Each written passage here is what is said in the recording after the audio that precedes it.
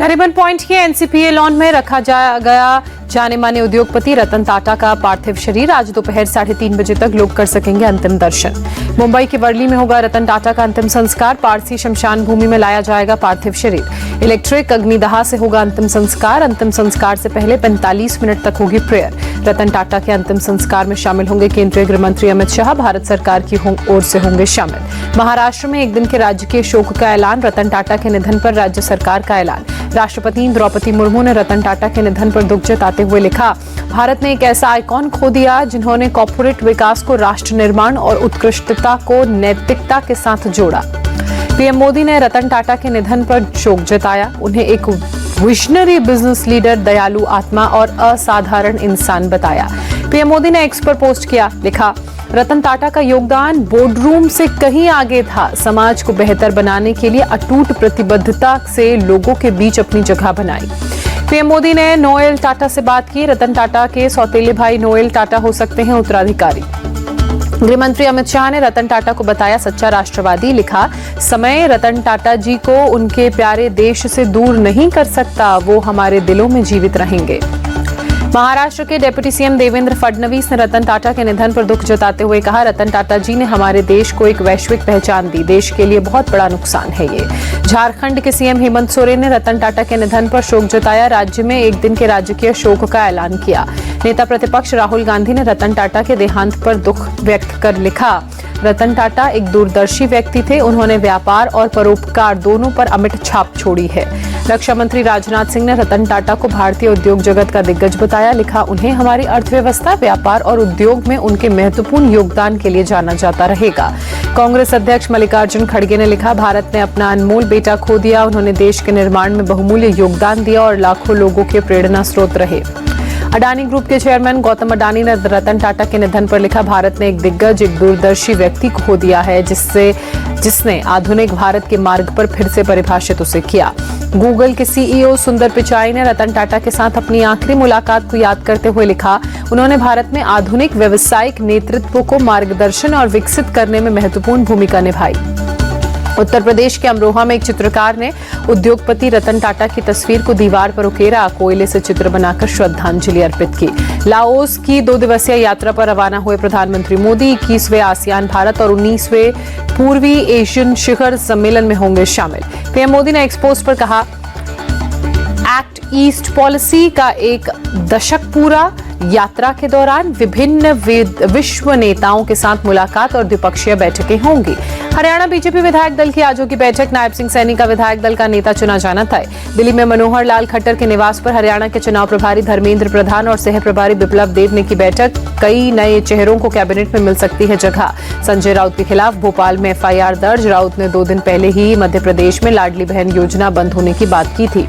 Bhopal BJP की एक महिला कार्यकर्ता की शिकायत के आधार पर दर्ज हुई एफआईआर। लाडली बहन योजना को लेकर अफवाह फैलाने का आरोप। सीएम एकनाथ शिंदे ने कहा, लाडली बहना योजना सुपरहिट हो चुकी है, इसलिए विपक्ष चिंतित है, उसके पैरों तले जमीन खिसक गई है। सीएम मोहन यादव ने संजय राउत को सलाह देते हुए कहा, चुनाव की वजह से जनता को बरगलाए नहीं। महाराष्ट्र की जनता आपके झांसे में आएगी नहीं।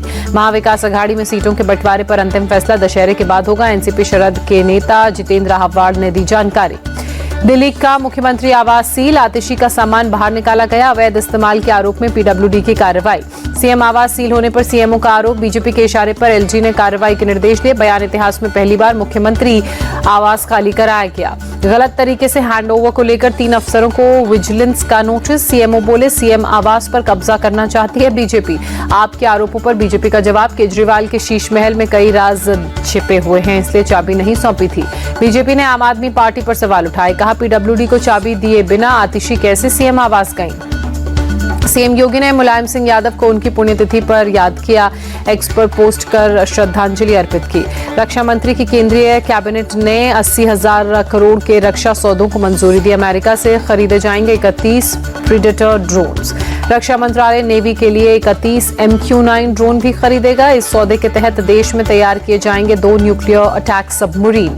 केंद्र सरकार का फैसला, दिसंबर 2028 तक मुफ्त मिलेगा फोर्टिफाइड चावल।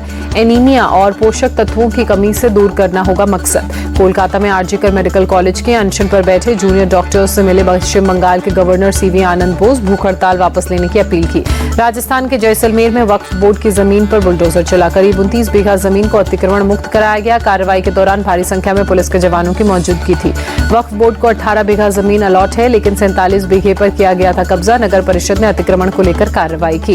वक्फ बोर्ड की तरफ से कार्रवाई का विरोध किया गया। पुलिस पर वक्फ बोर्ड की 4 दीवारी तोड़ने और कब्रिस्तान को नुकसान पहुंचाने का आरोप। उत्तर प्रदेश के भदोही में रामलीला के दौरान जेसीबी का हुआ ब्रेक फेल। हादसे में एक शख्स घायल। रामलीला में एक सीन के लिए लाया गया था जेसीबी।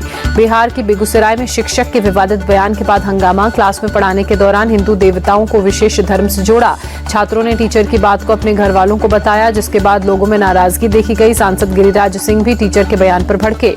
उत्तर प्रदेश के महाराजगंज में कस्टम विभाग की बड़ी कार्रवाई। चाइनीज लहसुन, चाइनीज आम और कीवी बरामद किया। कस्टम विभाग की कार्रवाई से तस्करों में हड़कंप मचा। कस्टम ने 13 टन चाइनीज लहसुन, 1.5 टन आम और 3800 चाइनीज कीवी पर बुलडोजर चलाया। आज से दिल्ली में हर दिन एक हेरिटेज वॉक का आयोजन होगा। लोगों को दिल्ली के ज्ञात और अज्ञात स्मारकों पर ले जाकर दी जाएगी जानकारी। दिल्ली सरकार के मंत्री सौरभ भारद्वाज का बयान। लखनऊ में माहौल बिगाड़ने की साजिश। लंबेश्वर मंदिर के गेट के सामने फेंके गए मांस के टुकड़े। पुलिस ने लोगों को समझाकर मामला शांत कराया।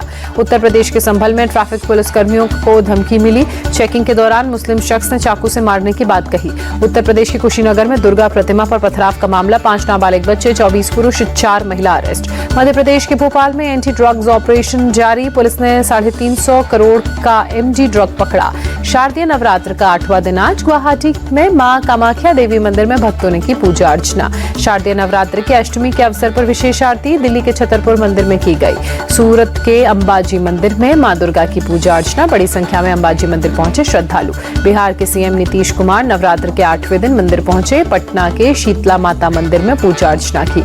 आंध्र प्रदेश के विजयवाड़ा के कनक दुर्गा मंदिर में नवरात्र की धूम। नवरात्र के 8वें दिन बड़ी संख्या में भक्त पहुंचे। मथुरा में बनाया गया माता वैष्णो देवी का आर्टिफिशियल गुफा। भारी संख्या में भक्त देखने पहुंचे। लोगों के लिए आकर्षण का केंद्र बना। गुजरात के साबरकांठा में मनाया जा रहा है नवरात्रि महोत्सव। हजारों की संख्या में लोग हुए शामिल। गाने की धूम पर थिरकते नजर आए।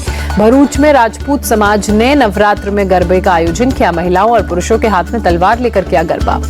उत्तर प्रदेश के मथुरा में पुलिस का फ्लैग मार्च। त्योहारों को देखते हुए एक्शन में नजर आई पुलिस। शहर में सुरक्षा का माहौल बनाने के लिए पुलिस ने पहल की। आईजीपी आगरा ने श्री कृष्ण जन्मस्थान में पीस कमेटी की बैठक बुलाई। लोगों से शांति और भाईचारा कायम रखने की अपील की। शहरवासियों को अफवाहों से बचने की सलाह दी। टेस्ट के बाद भारत का T20 सीरीज पर कब्जा। दूसरे T20 मैच में बांग्लादेश को 86 रनों से हराया। 3 मैचों की सीरीज में 2-0 से आगे।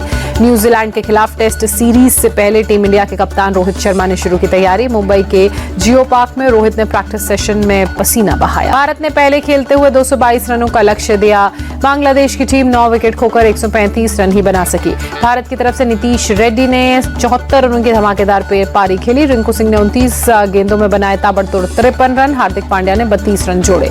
टीम इंडिया की खराब रही शुरुआत। 41 रन पर 3 खिलाड़ी पवेलियन चलते हुए। कप्तान सूर्य कुमार यादव, संजू सैमसन और अभिषेक शर्मा नहीं बना सके बड़ा स्कोर। बांग्लादेश की तरफ से रिशद हुसैन ने चटके 3 विकेट। तस्कीन अहमद, तंजीम हसन और मुस्तफिजुर को 2-2 विकेट मिले। बांग्लादेश की तरफ से महमूदुल्लाह ने खेली 41 रनों की पारी। मेहंदी हसन और परवेज हुसैन ने बनाए 16-16 रन। भारत की ओर से नीतीश रेड्डी और वरुण चक्रवर्ती को मिला 2-2 विकेट। अर्शदीप सिंह, मयंक समेत 5 खिलाड़ियों ने 1-1 विकेट लिए। नीतीश रेड्डी का ऑलराउंड प्रदर्शन प्लेयर ऑफ द मैच चुने गए। महिला T20 वर्ल्ड कप में भारत की लगातार दूसरी जीत। श्रीलंका को 82 रनों से हराया। सेमीफाइनल में पहुंचने की उम्मीद अभी भी बरकरार। भारतीय महिला टीम ने पहले खेलते हुए 173 रनों का दिया था लक्ष्य। श्रीलंका की टीम 19.5 ओवर में 90 रन पर हुई ऑल आउट। भारत की तरफ से कप्तान हरमनप्रीत कौर ने 27 गेंदों में 52 रनों की नाबाद पारी खेली। स्मृति मंधाना ने 50 और शेफाली वर्मा ने 43 रन बनाए। भारत की ओर से अरुंधति रेड्डी और आशा शोभना के लिए ने 3-3 विकेट लिए। रेणुका ठाकुर को 2 विकेट मिले। आईसीसी T20 इंटरनेशनल रैंकिंग में हार्दिक पांड्या को जबरदस्त फायदा। बैटिंग में 7 और ऑलराउंडर रैंकिंग में 4 पायदान की छलांग लगाई। भारत के खिलाफ 3 टेस्ट मैचों की सीरीज के लिए न्यूजीलैंड ने टीम इंडिया का ऐलान किया। टॉम लैथम की कप्तानी में न्यूजीलैंड टीम 12 अक्टूबर को आएगी भारत। पाकिस्तान के खिलाफ मुल्तान टेस्ट में इंग्लैंड के बल्लेबाज जो रूट ने जड़ा टेस्ट करियर का 35वां शतक। 167 गेंदों पर आया रूट का शतक, लगाई रिकॉर्ड्स की झड़ी। इंग्लैंड के लिए टेस्ट क्रिकेट में सबसे ज्यादा रन बनाने वाले बल्लेबाज बने जो रूट। एलिस्टर कुक को छोड़ा पीछे। कुक के नाम इंग्लैंड के लिए टेस्ट में 12,472 रन का रिकॉर्ड। भारतीय टीम से बाहर चल रहे ईशान ईशान किशन की दमदार वापसी, रणजी ट्रॉफी में झारखंड की करेंगे कप्तानी। आर्कटिक ओपन के प्री क्वार्टर फाइनल में पहुंचे लक्ष्य सेन, विपक्षी खिलाड़ी के नाम वापस लेने का मिला फायदा। एशियन टेबल टेनिस चैंपियनशिप में इंडियन विमेन टीम को मिला ब्रॉन्ज मेडल, क्वार्टर फाइनल में साउथ कोरिया को हराया था। रजनीकांत की फिल्म वेडट्टाइयां हुई रिलीज, रजनीकांत के प्रशंसकों ने चेन्नई के रोहिणी थिएटर के बाहर जश्न मनाया।